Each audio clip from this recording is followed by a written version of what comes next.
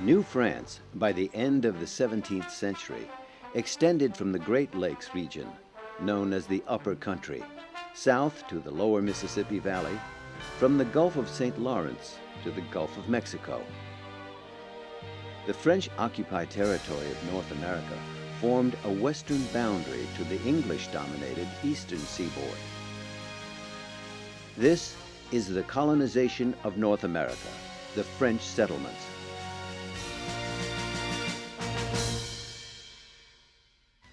In our program, we have three subject matter experts. John Smolenski, Assistant Professor of History, University of California, Davis. French immigration to New France consisted primarily of the engagés. That was their term for indentured servants who usually served for a period of about 3 years. Alan Taylor, Professor of History, University of California, Davis, and author of American Colonies. The French colony of Louisiana was one which felt profoundly insecure throughout its history. It was probably the weakest colony in the French Empire. Stephen Crum, Professor of Native American Studies, University of California, Davis. For my tribe in Nevada, we're called the Shoshones, but that is not our indigenous name. You know, that's a name that was placed upon us after the coming of Europeans. Our indigenous name is Niwa. Translated into English, Niwa means the people. The French, despite having a smaller population than the English or Spanish in the New World, claimed more of the North American continent than any other country. The French leadership would have the world believe they were the masters of the native Indians. The French colonists knew better.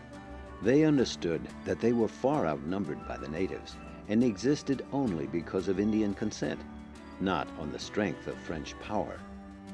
In order to stimulate population growth of the French colonies, the French crown paid for the transatlantic passage. However, many of them did not like New France, and most of the engagés, after their term was done, returned home to France. One of the prime reasons is there was a great shortage of women to marry in New France. Those who did find brides would tend to stay in the colony. Those who didn't almost always went back home. And as a consequence, New France remained thinly populated and vulnerable to English attack. New immigrants in the mid-1600s came primarily from western France, cities like Rouen, Nantes, Bordeaux, and La Rochelle. To provide them with wives, the King of France offered a cash marriage dowry to an orphanage in Paris. The girls who came from this orphanage became known as filles du roi, daughters of the king. What was in it for them is that the king would provide them with a dowry, which would, in the culture of France, render them much more marriageable.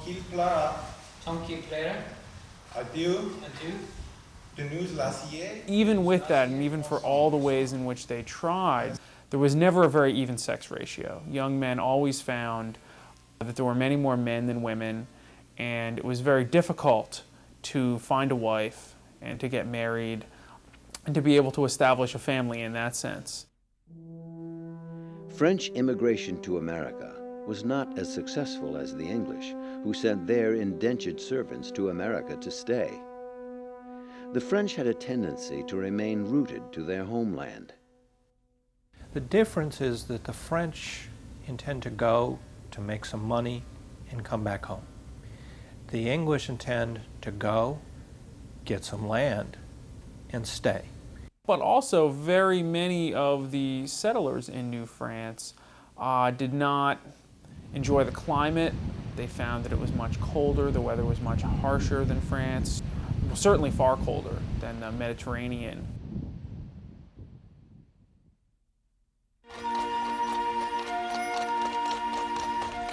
French nobility loves its luxuries. True also of all European aristocrats, and the French attempted to duplicate the regal system in the colonies the way they had enjoyed it at home. New France had a very interesting governmental structure. There were three officials mainly in charge of governing New France.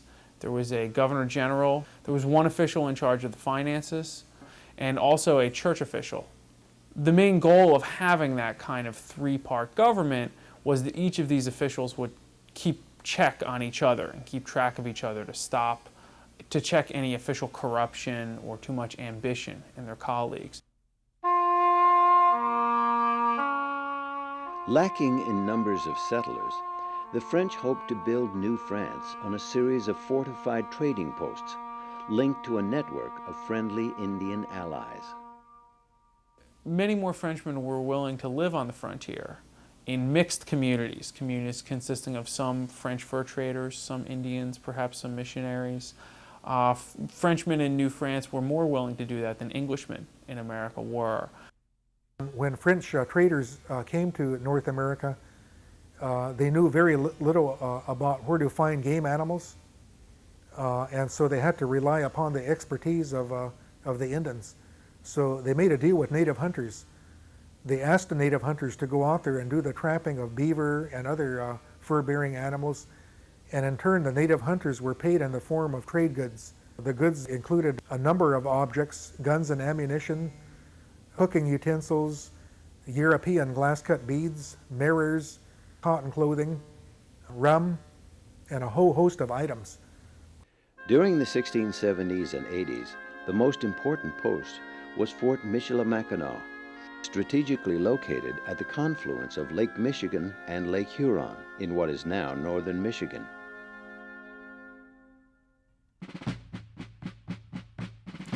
The coureurs de bois, which means literally runner of the woods, were the fur traders in New France. The coureurs de bois were Frenchmen, often former engagés, who had obtained their freedom and had decided to stay in Canada, and had developed an expertise in working with Indians. Usually young men, generally unattached when they went out, unmarried men without children. They understood how to travel Indian paths, operate Indian canoes, wear Indian snowshoes. They knew Indian languages. They ordinarily married into Indian families. They developed kinship connections with those families. The fur trade was very, very lucrative, and for those individuals who were willing to go out to the frontier and trade directly with the Indians, the profits were potentially very high. Offering them European manufactures in return for the fur pelts, especially of beaver, which had a great value back in Europe. So they're middlemen in the fur trade. On the other hand, these fur traders were considered by the Jesuit priests who served as missionaries to the Indians in New France to be truly horrible people. Many of the Jesuits were convinced that they would never truly Christianize the Indians. As long as these coureurs de bois were there, these fur traders tended to drink heavily. Their behavior hardly embodied the kind of very enlightened, civilized Christian behavior that the Jesuits hoped to model to the Indians. By 1701, the principal trading post had become Detroit. The shift south and east brought the French closer to the British and to more numerous and more diverse Indian tribes, mainly the Six Nation Iroquois. Since the waterways of America were the highways of the 17th century, population centers and trading posts grew up along the nation's rivers. Fort St. Louis and Fort Crevecoeur on the Illinois River, Fort Prudhomme, Arkansas Post, and Fort Rosalie on the Mississippi, Fort Toulouse on the Tallapoosa River, Biloxi and Mobile on the Gulf of Mexico. They eventually shifted over and also developed New Orleans, but that didn't happen until the early 18th century. But when that did happen, New Orleans became the most important settlement in the new colony known as Louisiana, which for the French extended along the whole Mississippi River Valley, all the way up to the Illinois country. In 1682, at about the same time the English were colonizing the Carolinas, the Sieur de La Salle led a party of French and friendly Indians down the Mississippi all the way to the Gulf of Mexico. In honor of his king, Louis XIV, he named the valley and Gulf Coast Louisiana. The French became very interested in occupying the mouth of the Mississippi River at the end of the 17th century. It was a period in which they had a rivalry with the Spanish, and they wanted to weaken the Spanish Empire.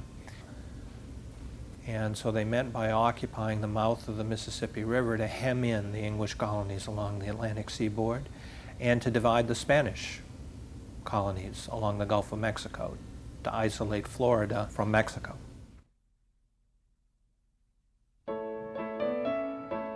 Louisiana became a vast territory marked by two distinct populations: a small plantation settlement on the Gulf Coast and a huge hinterland dominated by Indians and marked by French outposts that were few and far between.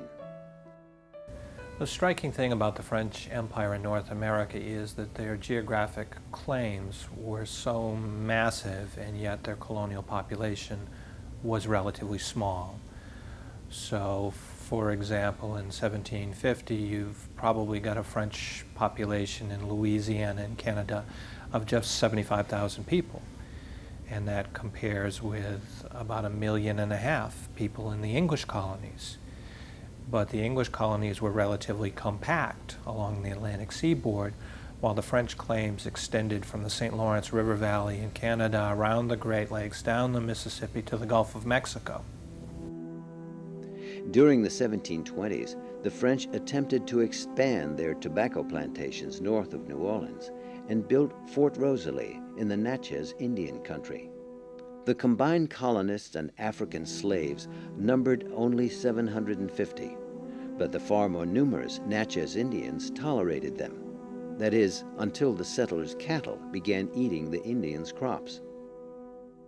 When they put pressure on the Natchez to move out, the Natchez lashed back in a surprise attack that very much resembled Pope's rebellion in New Mexico, or Opechancano's rebellion in Virginia, or King Philip's War in New England.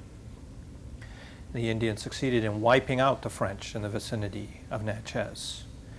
And what was worse from a French perspective, they took a lot of French slaves in and liberated them. And this was the greatest nightmare of the French, that their own slaves would make common cause with the Indians. In retaliation, the French enlisted the help of their friends, the Choctaw, who had some scores of their own to settle with the Natchez. They succeeded in defeating and crushing the Natchez, recapturing most of their slaves. The Natchez refugees managed to find haven among the Chickasaw to the north. An uneasy truce followed in Louisiana, maintaining the mutual dependence of the French on the Indians and the Indians on the French.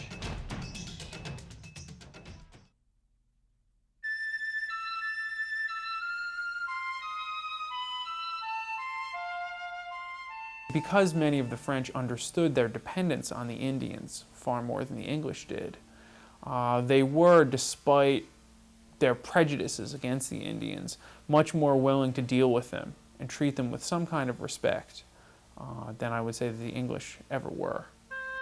By the same token, the Indians had become dependent on the colonizers. They came to rely on European manufactured goods. Indians frequently traded furs for metal goods, which they weren't capable of manufacturing themselves, things like kettles, pots, machetes, and even guns. To win the help of the Indians, the English in the east and the French to the west used the appeal of their manufactured goods. A native hunter could be gone for 2 months, 4 months, 6 months before returning home with his furs for the trade. And so this caused a disruption of family life. For many of the tribes, they had various symbols, especially clan symbols, and more often than not, a symbol was some type of animal. It could have been the bear, or the deer, or the beaver. In essence, some of the native hunters were killing their clan symbol by being involved in the fur trade, so that also became a negative consequence. As the English populations grew, they started to move west. The French also had their eyes on this territory, but these lands were populated by Indians, the Catawba, Cherokee, Creek, Chickasaw, and Choctaw. These tribes were capable of blocking the settlement of both the English and the French. Supplying them with manufactured goods was the key to wooing Indians into good favor and making them allies. And the English were at a very great advantage over the French. First, their manufactured metal goods were often far superior and cheaper than the French because English manufacturers were more advanced at this time. Also, the English were able to import rum from the West Indies to sell to the Indians at cheaper prices than the French could import brandy or other alcoholic beverages from France. Alcohol and other European goods served to undermine Native American culture. They often lost the ability, for example, to make pots of their own, clay pots of their own, or things like that. And so they became reliant on the English and the French. Still, another negative consequence had to do with the rise of alcoholism among tribal people. One of the more popular trade items in the fur trade was rum. It was very popular. And so some of the native hunters became addicted to alcoholism because they had no prior history of using alcohol. From the perspective of the leadership in Paris, the French America experiment was, if not a failure, a major disappointment. New France and Louisiana cost France more to administer than they received in fur and deerskin revenues. But the French had become locked in a complex relationship with the Indians that was not easily dissolved. The interaction of the English, Spanish, and French grew more complex as the British introduced fortified trading posts known as factories in the Hudson Bay area.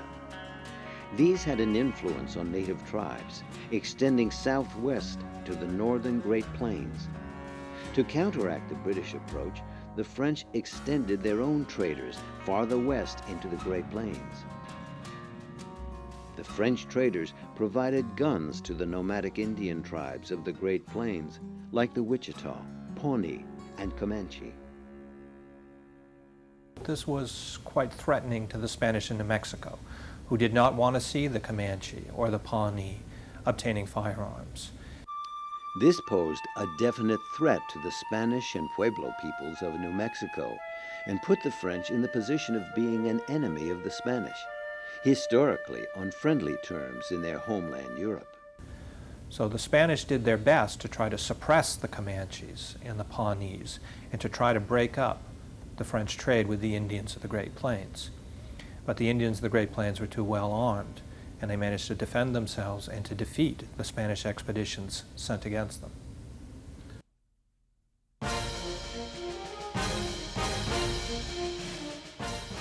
The gun trade brought havoc to the Great Plains. In Texas, for example, the Pawnee and Wichita, using French guns, raided the Apache and Pueblo tribes, taking slaves to sell to the French in exchange for still more guns. Our classic image of the American Indian is a warrior of the Great Plains wearing an eagle bonnet mounted on a horse. And we think of this as a timeless image, that these are people preserving a way of life that's largely unchanged for many, many centuries. But the fact of the matter is that the Indians of the Great Plains were people who adapted to the European invasion of North America and adapted very successfully.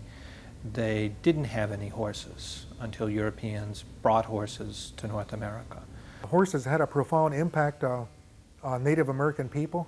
Around 1700, for the Pawnee tribe, whose indigenous homeland was Nebraska, they had very few horses, maybe only a handful. Whereas if we take a look at the Pawnee tribe 100 years later, in 1800, their horse herds numbered anywhere from 6,000 to 8,000 horses. So over a 100-year period, horses became very important to members of this particular tribe living in Nebraska. The horse became everything. It became a symbol of wealth for the Pawnee and other tribes of the Great Plains area. These horses then reproduced very successfully on the southern plains, and the Indians there would sell them to the Indians of the northern plains. So that over the course of the 18th century, horses spread among all of the Indian peoples living on the Great Plains. So that we had Indian warriors who had become very skilled on horseback, and they have guns. And this renders them the most formidable Indian warriors in the continent.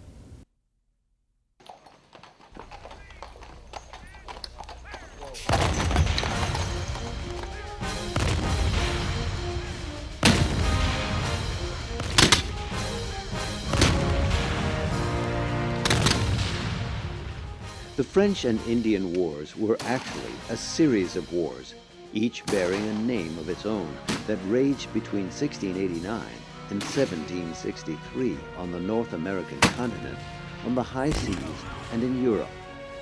The wars were waged between England, Spain, and France, with each side trying to win the allegiance of the Indians, mainly the Iroquois. King William's War is considered the first of the French and Indian Wars, which would culminate in the war, often called the French and Indian War, but which is more properly called the 7 Years' War, which began in 1754 and in North America ended in 1760, but which continued in Europe until 1763.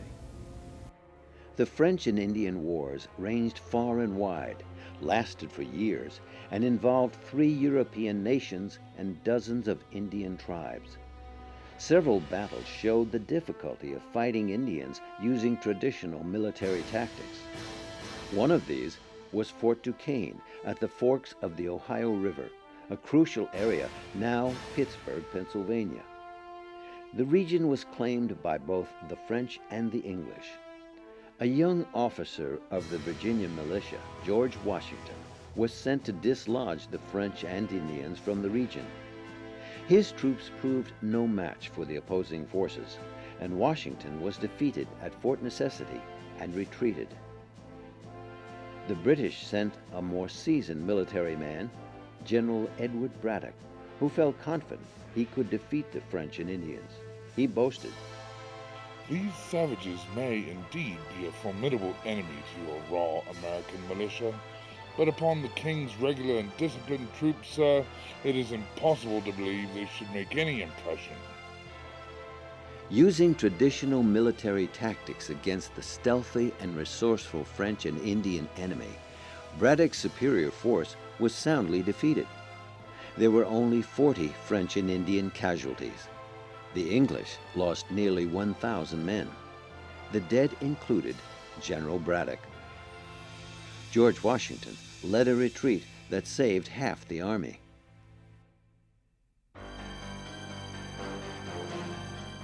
The French and Indian Wars resulted in the collapse of New France. The Treaty of Paris brought a resolution to the conflicts. England gained all of North America east of the Mississippi River, including Canada and Florida. The French relinquished Louisiana west of the Mississippi to Spain. The Treaty of Paris, which ended the 7 Years' War in 1763, was in many ways a huge victory for the British. Following the treaty, the British were essentially the dominant European power over all of North America east of the Mississippi River. They gained New France from the French, giving them control over the eastern portion of Canada. Their control ran all the way north through Nova Scotia, the very northern Canadian provinces. The British also did very well in the Caribbean, getting control of some of the minor French sugar islands like Dominica, St. Vincent, Grenada. England gained many new colonies coming out of the French and Indian Wars. We tend to think of the colonies as numbering 13, but England possessed far more than this. We remember and celebrate those colonies which revolted and joined together to form the United States on July 4th, 1776. And we tend to forget those colonies such as Nova Scotia, Newfoundland, which did not join the United States. Interestingly, the losers were awarded some territory that had long-range value. In giving up New France. The French actually only gave up a colony which was always a money loser, never a money winner. Most importantly, the French were able to keep some of their larger sugar islands, such as Martinique and particularly Saint-Domingue, which produced far more revenue for France than Canada ever did. England had made a major commitment in protecting her colonies and her subjects in America from the exploits of the French and Spanish. England's costly struggle to defend her investments in North America depleted the British treasury. And they prevailed because they invested unprecedented numbers of soldiers and warships and munitions and spent a lavish amount of money and doubled their national debt doing so. At the end of the war, they had to pay off that debt. They had to at least service the debt. And they needed to pay the costs of maintaining the garrisons in the Indian country around the Great Lakes. This led the British government to seek higher taxes from the American colonists. Taxation without representation would become a cry that helped set the stage for the American Revolution, a short 13 years away. But the colonial perspective was that any tax was bad news, that it would erode their prosperity, that it would set a negative precedent, that the British would keep asking for more and more taxes.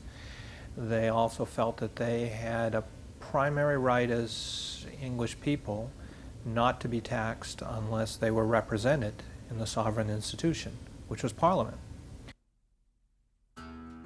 The French, while their North American colonization ended in 1763, made an imprint on the American way of life. New Orleans and its French heritage is a good example.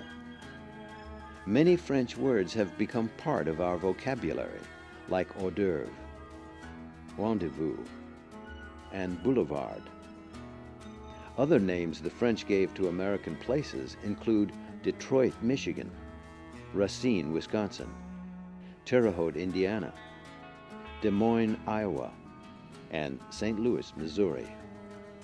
In other programs in this series, we'll explore the early settlements of the English, the Spanish, and the Dutch, and discover more about the birth and the earliest formative years of our nation.